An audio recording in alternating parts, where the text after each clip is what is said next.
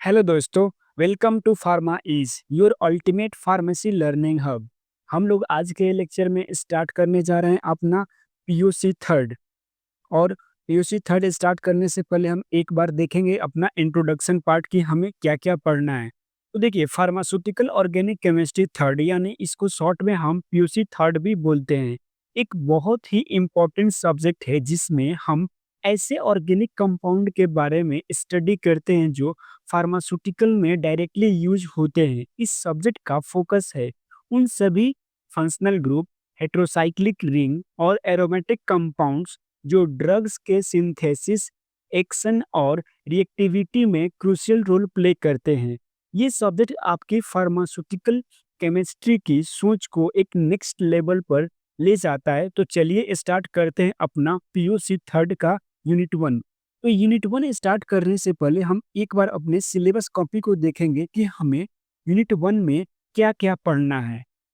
जैसे देखिए, unit one में हमें स्टीरियो आइसोमेरिज्म पढ़ना है जिसमें optical isomerism, optical activity, enantiomerism, diastereoisomerism, meso compounds, elements of symmetry, chiral and a chiral molecules, DL system of nomenclature of optical isomer, sequence rule, RH system of nomenclature of optical isomer, reaction of chiral molecules, racemic modification and resolution of racemic mixture, asymmetric synthesis, partial and absolute। देखिए, unit one में हमें इन सभी topic को बहुत ही अच्छे से detail में study करना है। तो चलिए हम अपना स्टार्ट करते हैं वन बाय वन। तो सबसे पहले हम देखते हैं अपना स्टीरियो आइसोमेरिज्म कि स्टीरियो आइसोमेरिज्म क्या होता है। Definition: A compound having same molecular formula, structural formula but different 3D arrangement of atom in space. तो देखिए, इसका मतलब ये होता है कि जैसे मानिए कि यहाँ पे कनेक्टिविटी ऑफ एटम्स क्या है, हमारा 3D स्पेस में डिफरेंट है, लेकिन इन दोनों का यदि मॉलिक्यूलर फार्मूला की हम बातें करेंगे, जैसे यहाँ पे हम देख सकते हैं कि जैसे देखिए यहाँ पे इसका मॉलिक्यूलर फार्मूला हमारा क्या होता है कि C6H12O6। ठीक है। तो यहाँ पे यदि आप देखेंगे इस कंपाउंड के अंदर, तो यहाँ पे हमारे 6 ऑक्सीजन दिखेंगे, 1, 2, 3, 4, 5 एंड देखिए यहाँ पे हमारा एक यहाँ पे तो 6 हो गया। देखिए 6 ऑक्सीजन तो आपको मिल गए, यहाँ पे हाइड्रोजन भी हमारे 12 मिलेंगे और कार्बन में हम आपको 6 दिखा देते हैं, 1, 2, 3, 4, 5 एंड 6। और इस कंपाउंड में यदि आप देखिएगा तो ये भी हमारा क्या है, ग्लूकोज ही है, तो इसमें भी क्या होगा, सेम होगा। लेकिन आप एक चीज यहाँ पे नोटिस करेंगे कि यहाँ पे जो अरेंजमेंट ऑफ एटम है जी, या हम कह सकते हैं कि कनेक्टिविटी एटम है, जो क्या है वो डिफरेंट है। जैसे देखिए यहाँ पे OH है, यहाँ पे H है, यहाँ पे H है, तो यहाँ पे OH है। तो ये क्या होता है कि इस कंपाउंड का जो कनेक्टिविटी है वो क्या है, डिफरेंट है। तो इसीलिए ये क्या बोलते हैं, इसको स्टीरियो आइसोमेरिज्म। यहाँ पे देखते हैं कि ऑप्टिकल आइसोमेरिज्म क्या होता है कि optical isomerism is a type of stereo isomerism where molecules had same molecular formula, same structure but differ in way they rotate plane polarise light. तो देखिए, सबसे पहले हम कंसेप्ट समझते हैं कि ऑप्टिकल आइसोमेरिज्म क्या होता है। तो देखिए, इसमें क्या होता है कि कोई भी हमारा कंपाउंड होता है तो उसमें क्या होता है कि उसका मोलिकुलर फार्मूला सेम रहेगा, स्ट्रक्चर भी सेम रहेगा, लेकिन क्या होगा कि वो जो जब हम प्लेन पोलराइज लाइट से जब पास करेंगे तो क्या होगा कि उसमें उसका बिहेवियर में चेंजेस आएगा। जैसे हम देखिए यहाँ पे हम एग्जांपल से आपको समझाता हूँ। जैसे देखिए यहाँ पे आपको क्या चाहिए, एक निकोल प्रिज्म चाहिए जो हमारा कैल्शियम कार्बोनेट से बना होता है। एक पोलरीमीटर होता है जो क्या होता है कि it is used to detect and measure optical activity of compound. किसी भी कंपाउंड के क्या होता है कि उसको वो डिटेक्ट करता है और उसके ऑप्टिकल एक्टिविटी को मेजर करता है। जैसे देखिए कि यहाँ पे हमारा कोई लाइट सोर्स है, ठीक है, इस लाइट सोर्स से यहाँ पे हमारा लाइट पास हो रहा है, ये एक निकोल प्रिज्म है। निकोल प्रिज्म से जब लाइट पास होगी तो क्या होगा कि यहाँ पे सैंपल सॉल्यूशन होगा। जैसे मान लीजिए हम किसी भी कंपाउंड को यदि हम चेक करना चाहते हैं कि वो एक्टिव है, इनएक्टिव है, इस तरीके का कंपाउंड है, तो उस कंपाउंड का हम यहाँ पे सैंपल जो सॉल्यूशन है यहाँ पे फिल करेंगे। और फिल करने के बाद क्या होगा कि जब ये लाइट किस डायरेक्शन में पास हो रहा है, जैसे मानिए कि यहाँ पे मैं आपको बता रहा हूँ, जैसे देखिए कि ये यहाँ से निकोल प्रिज्म से लाइट निकलने के बाद क्या होगा कि ये सॉल्यूशन में गया, ठीक है। लेकिन ये सॉल्यूशन से पास होने में क्या होगा, कोई हमारा राइट साइड चला गया, कोई लेफ्ट चला गया, कोई बिल्कुल स्ट्रेट चला गया। तो इस तरीके से क्या होता है, जैसे देखिए यहाँ पे 3 तरीके का बेंडिंग होती है लाइट की।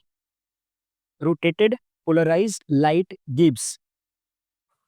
यहाँ पे देखिए जो हमारा स्ट्रेट लाइन होता है, जैसे मानिए कि बिल्कुल स्ट्रेट, जैसे इसमें आप देखें कि तो देखिए जब हमारा लाइट क्या होता है कि जब सैंपल से पास होता है, यहाँ पे आप देख सकते हैं कि जब लाइट हमारा सैंपल से पास होता है तो हो सकता है कि ये लाइट हमारा बिल्कुल स्ट्रेट लाइन जाए, और हो सकता है कि यहाँ पे एंटी क्लॉकवाइज डायरेक्शन में वो बेंड हो जाए, हो सकता है कि ये क्लॉकवाइज डायरेक्शन में हमारा क्या होता है, बेंड हो जाए। ठीक है, तो अब देखिए यदि लाइट हमारा स्ट्रेट लाइन जा रहा है तो उसको हम क्या बोलते हैं, ऑप्टिकली इनएक्टिव कंपाउंड्स होता है। ठीक है, लेकिन यदि हमारा क्लॉकवाइज रोटेशन शो करता है तो क्या होता है कि वैसे कंपाउंड हमारा डेक्स्ट्रो रोटेटरी भी कहा जाता है, और जिसको हम कैपिटल डी या प्लस साइन से भी हम डिनोट करते हैं। ऐसे कंपाउंड हमारे क्या होता है, ऑप्टिकली एक्टिव कंपाउंड्स होता है। और यदि ये हमारा लाइट का जैसे देख सकते हैं, जैसे यहाँ पे ये डायरेक्शन क्या होता है, एंटी क्लॉकवाइज में हमारा बेंड हो रहा है या डेविएशन हो रहा है, हम ये भी कर सकते हैं। तो इसको क्या बोलते हैं, एंटी क्लॉकवाइज रोटेशन बोलते हैं, जिसको लेबो रोटेटरी बोला जाता है, और कैपिटल एल से इसको रिप्रेजेंट भी करते हैं हम, यहाँ पे माइनस साइन से डिनोट करते हैं। ये कंपाउंड हमारा कैसा होता है, ऑप्टिकली एक्टिव कंपाउंड होता है। ठीक है, अब यहाँ पे देखिए कि यहाँ पे 2 मार्क्स का क्वेश्चन जनरली ऐसे क्वेश्चन आते रहते हैं। जैसे देखिए explain in detail about optical isomerism, तो सिंपल सा आपको क्या करना है कि वहाँ पे डेफिनेशन लिख देना है। ठीक है, देखते हैं अपना enantiomer. It is non superimposable mirror image of each other are called enantiomer by rotation of 180 degree is called enantiomerism. जैसे एग्जांपल यहाँ पे क्या है, लैक्टिक एसिड है। देखिए इसमें क्या होता है कि उसमें हमने देखा था कि क्या होता है कि नॉन सुपर इम्पोजिबल। तो देखिए यदि नॉन सुपर इम्पोजिबल का मतलब होता है, जैसे मान लीजिए कि मेरा ये पाम है, ठीक है, यदि हम इसको ऐसे लाकर रखेंगे तो क्या होगा कि ये हमारा क्या है कि नॉन सुपर इम्पोजिबल, एक दूसरे पे ओवरलैप कंप्लीटली नहीं कर पा रहा है, क्योंकि इधर मेरा थंब निकल जा रहा है, और यदि आप देखेंगे तो इस साइड में मेरा यहाँ पे थंब बाहर की तरफ आ जा रहा है। ठीक है, लेकिन एक चीज देखा जाए कि एक दूसरे का मिरर इमेज जरूर है। पे देखिए तो इस कंपाउंड में देखा जाएगा तो एक दूसरे का मिरर इमेज तो है, लेकिन ये क्या है कि कंपाउंड हमारा नॉन सुपर इम्पोजिबल है, क्योंकि देखिए यदि आप इसको ओवरलैप करेंगे तो ये सी डबल ओ एच ये दोनों ओवरलैप कर जाएगा। मिथाइल भी है यहाँ पे, ये भी ओवरलैप कर जाएगा। लेकिन आप एक चीज देखिए कि जब ये एच जाकर किस पे ओवरलैप करेगा, ओ एच पे, तो ये क्या होगा, यहाँ पे डिफरेंट हो जाएगा। ठीक है, तो ये क्या होगा, हमारा नॉन सुपर इम्पोजिबल।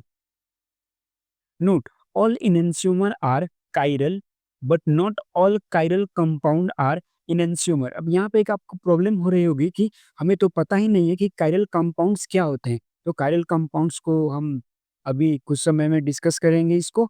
यहाँ पे जैसे देखिए ये यहाँ पे 2 मार्क्स का क्वेश्चन आया हुआ है, define and differentiate between enantiomer and diastereomer with example. ठीक है, यहाँ पे देखिए डायस्टेरियो आइसोमेरिज्म क्या होता है। It is stereoisomerism that are not mirror image of each other and are non-superimposable when molecule has two or more chiral center। देखिए इसमें क्या होता है कि जो डायस्टीरियोमर जो आइसोमेरिज्म जो कंपाउंड होता है, वो क्या होता है, एक दूसरे का मिरर इमेज भी नहीं होते हैं वो। अब आप इसमें देख सकते हैं कि ये एक दूसरे का मिरर इमेज भी नहीं है, लेकिन हमने इनएंस्यूमर में पढ़ा था कि एक दूसरे के क्या होता है कि मिरर इमेज होते हैं, लेकिन डायस्टीरियो आइसोमेरिज्म में क्या होता है कि इसमें क्या होता है कि मिरर इमेज नहीं होते हैं। ठीक है, जैसे देखिए ये OH और यहाँ पे OH है, तो यदि इसका मिरर इमेज भी नहीं है। ठीक है, अब एक चीज देखिए कि ये जो कंपाउंड है हमारा नॉन सुपर इम्पोजिबल है। ठीक है, अब आपको डाउट हो रहा होगा, लेकिन मैं क्लियर करना चाहता हूँ कि देखिए ये मिरर इमेज भी शो नहीं करता और नॉन सुपर इम्पोजिबल भी होता। ठीक है, तो ऐसे कंपाउंड को क्या बोलते हैं, डायस्टीरियो आइसोमेरिज्म बोलते हैं। ठीक है, अब यहाँ पे देखते हैं एलिमेंट ऑफ सिमेट्री। इसमें क्या होता है कि a plane which divide an object into two symmetrical half is called plane of symmetry. जैसे मानिए कि ये यहाँ पे एक हमारा कोई सा है, जैसे देखिए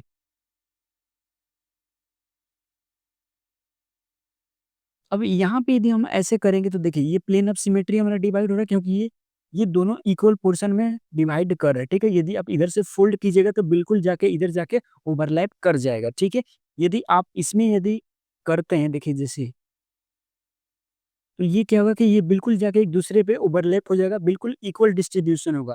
तो इस तरीके के सिमेट्री को क्या बोलते हैं? एलिमेंट ऑफ सिमेट्री बोलते हैं। अब एक चीज़ देखिए यहाँ पे कि plane of symmetry and it is optically inactive compounds. जो कंपाउंड हमारा प्लेन ऑफ सिमेट्री होता है, वो क्या होता है? वो कंपाउंड ऑप्टिकली इनेक्टिव होता है। अब यहाँ पे हम देखते हैं कि सेंटर ऑफ सिमेट्री क्या होता है? If all straight line that can be drawn through the centre of the molecule meet identical atom at equal distance from the center। अब यहाँ पे देखिए, तो इस कंसेप्ट को सीखने के लिए सबसे सिंपल तरीका ये है कि एक ऐसी पॉइंट होती है मॉलिक्यूल के अंदर जहाँ से अगर आप किसी एटम को देखो और उसके ऑपोजिट डायरेक्शन में सेम डिस्टेंस पर देखो, तो वहां से भी सेम टाइप का एटम होता है। जैसे इस सेंटर से यदि हम मिथाइल की तरफ देखेंगे, यहाँ पे से देखते हैं, तो देखिए इसमें क्या हमको मिथाइल दिखेगा, ठीक है। लेकिन जब वहीं से हम पीछे घूम कर देखेंगे तो यहाँ पे हमको मिथाइल दिखेगा, वो भी क्या दिखेगा? सेम डिस्टेंस पे दिखेगा, ठीक है। वैसे ही देखिए, यदि हम यहाँ से क्लोरीन को देखते हैं तो ये सेम डिस्टेंस पे दिखेगा, लेकिन वहां से यदि हम पीछे मुड़ कर देखेंगे अपने अपोजिट डायरेक्शन में, तो देखिए यहाँ पे भी हमें सेम डिस्टेंस पे क्या मिलेगा? क्लोरीन मिलेगा। अब एक चीज देखिए, जैसे माने कि ये ब्रोमीन है, यदि आप इस ब्रोमीन को देखिएगा तो यहाँ पे आपको सेम डिस्टेंस पे ब्रोमीन मिलेगा। लेकिन यदि आप यही अपोजिट डायरेक्शन में घूमकर पीछे की तरफ देखिएगा तो यहाँ पे भी आपको क्या मिलेगा? ब्रोमीन ही मिलेगा। तो ऐसे जो कंपाउंड रहते हैं जिनका सेंटर क्या होता है कि दोनों साइड क्या होता है? इक्वल ही रहता है डिस्टेंस, तो ऐसे कंपाउंड को क्या बोलते हैं? हम सेंटर ऑफ सिमेट्री बोलते हैं। देखते हैं meso compound. A compound having two or more chiral center but it is optically inactive due to presence of plane of symmetry called meso compound। जैसे एग्जांपल हमारा क्या है? Tartaric acid. अब इसमें देखिए क्या होता है कि इसमें जैसे मानिए कि हमारा टार्टरिक एसिड है, तो इसमें क्या है? Plane of symmetry. तो प्लेन ऑफ सिमेट्री का मतलब होता है कि इक्वल हमारा डिस्ट्रीब्यूशन हुआ है या इक्वल डिवाइड हुआ है, ये भी हम कह सकते हैं, ठीक है। तो यहाँ पे यदि यदि आप इक्वल डिवाइड करते हैं तो ये कंपाउंड कैसे ओवरलैप हो जाएगा? ये सी डब्ल्यू एच जाके यहाँ पे ओवरलैप होगा, ये ओ एच क्या होगा? इस पे ओवरलैप कर देगा, ये हाइड्रोजन जाके इस पे ओवरलैप हो जाएगा, ठीक है। तो इस तरीके के कंपाउंड को क्या बोलते हैं? हम मीसो कंपाउंड बोलते हैं। Chiral molecule, molecule which cannot superimposable on its mirror image is called chiral molecule। A carbon having different group atom on carbon is called chiral molecule। Example lactic acid। अब देखिए ये इसमें क्या है कि ये दोनों कंपाउंड एक दूसरे का मिरर इमेज है, लेकिन ये क्या है? नॉन सुपर इम्पोजिबल है, क्योंकि जब इस कंपाउंड को आप कंप्लीटली लाकर यदि यहाँ पे रखेंगे तो देखिए यहाँ पे क्या हो जाएगा कि ये एच के जगह पे आपको मिथाइल आ जाएगा और यहाँ पे मिथाइल के जगह पे यहाँ पे एच आ जाएगा।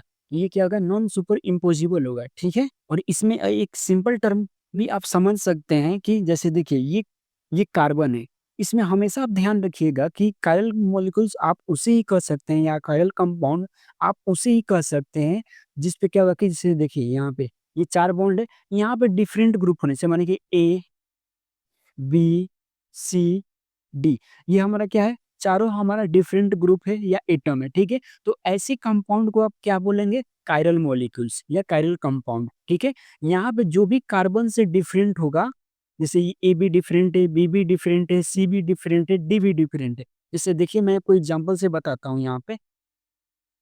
जैसे यहाँ पे एक सी एच थ्री आ गया, यहाँ पे एक ओ एच आ गया, यहाँ पे C H three O H आ जाएगा, सॉरी यहाँ पे CH3 ओ आ जाएगा मिथॉक्सी, और यहाँ पे एक हाइड्रोजन आ जाएगा। देखिए यहाँ पे एक CH3 है, यहाँ पे हाइड्रोजन है, यहाँ पे CH3O है और यहाँ पे क्या आ जाएगा? OH आ जाएगा, ठीक है। तो इस तरीके का जो कंपाउंड होगा क्या हो जाएगा? वो हमारा कायरल कंपाउंड होगा। ठीक है, एक क्वेश्चन आया हुआ है यहाँ पे और बहुत ही इंपॉर्टेंट क्वेश्चन है। जनरली ऐसे क्वेश्चन रिपीट होता रहता है। जैसे देखिए differentiate between chiral molecule and A chiral molecule with example, ठीक है। तो हमने यहाँ पे कायरल मॉलिक्यूल्स एक्सप्लेन कर दिया और ए कायरल मॉलिक्यूल हम यहाँ पे एक्सप्लेन कर रहे हैं। A chiral molecules, molecule that can be superimposed on its mirror image, they don't rotate PPL, so optical activity, molecule has no chiral centre. इसमें क्या होता है कि जो मॉलिक्यूल्स होते हैं हमारे, उसमें क्या होता है कि कायरल सेंटर नहीं होता है। ठीक है? जैसे देखिए, आप यहाँ पे देखिए हम अभी समझे ये कायरल मॉलिक्यूल्स हम उसे ही कहते हैं जिसमें क्या होता है कि एक कार्बन पे जितने भी हमारे ग्रुप होते हैं जैसे ये भी डिफरेंट है, ये भी डिफरेंट है, ये भी डिफरेंट है, ये भी डिफरेंट है। लेकिन आप एक चीज़ देखिए कि इस कार्बन पे हाइड्रोजन है, हाइड्रोजन है, हाइड्रोजन है, हाइड्रोजन है। चारों बॉन्ड पे हमारा क्या है हाइड्रोजन ही है और हाइड्रोजन हमारा सब पे सेम है। तो इसको क्या बोलेंगे हम एक कायरल मॉलिक्यूल्स बोलेंगे, ठीक है? और इसमें एक और चीज़ मैं आपको इम्पोर्टेंट चीज़ बात बताना चाहता हूँ कि ये एक-दूसरे के क्या होता है कि सुपर इम्पोज़्ड होता है, ठीक है? तो आज के लेक्चर में हम लोग यहीं तक पढ़ेंगे। यदि आपको किसी भी कंसेप्ट को सीखने या समझने में प्रॉब्लम हो रही होगी तो प्लीज़ एक बार कमेंट सेक्शन में मेंशन करें। मैं कोशिश करूँगा आपका डाउट को क्लियर करने का। यदि आपको वीडियो अच्छी लगी तो लाइक एंड सब्सक्राइब करें और अपने दोस्तों के साथ शेयर करना ना भूलें। मिलते हैं वीडियो के नेक्स्ट लेक्चर में एक नए टॉपिक के साथ। तब तक आप अपना खुद का ख्याल रखें।